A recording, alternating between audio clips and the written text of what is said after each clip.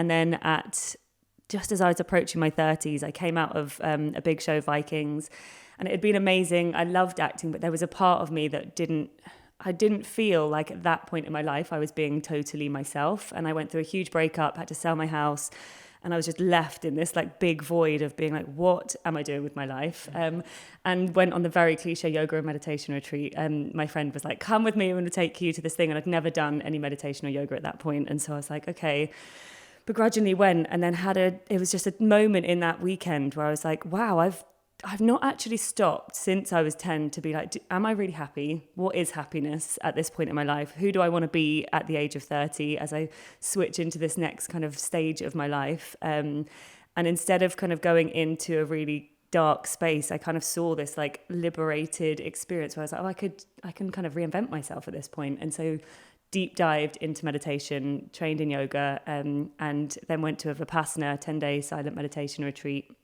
which was amazing.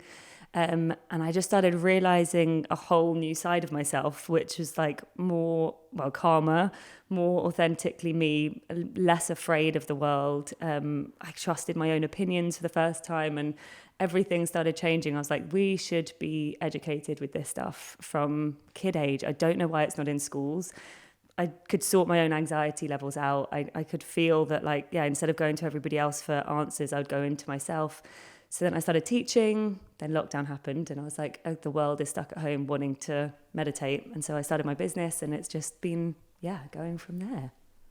And is there much of this in the acting world? Because it's obviously such a kind of high performance industry. Like, I guess when you were doing Vikings, was there much meditation, yoga around? No, I mean, there probably was, not in the bubble that I was in. Although I will say, LA now seems to be at the forefront of wellness. They always seem to be trying all new things slightly before the rest of the world, because everyone is kind of wild and crazy and living on the edge. And so now, certainly, I think there's a lot more of it. Most of my actor friends now are kind of tapped into some kind of practice or doing something to do with wellness. But when I was working, it was very much like escapism was, let's go out and get effed up and just like have a wild time, and escapism was very unhealthy. And was it a hard decision, because you walked away from a very successful acting career? It sounds very obvious now. Did it feel obvious at the time?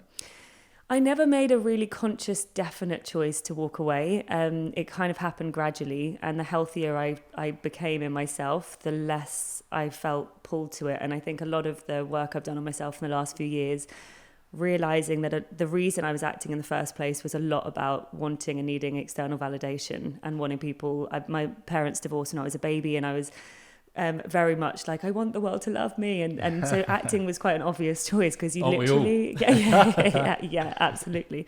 But every time you go into an audition, like you're seeking that approval, and then you get onto set and there's a kind of seeking of approval, and the more successful you get, the more approval you get. And it was kind of a spiral for me that I loved part of it, and the creativity of it I absolutely adored and do still miss.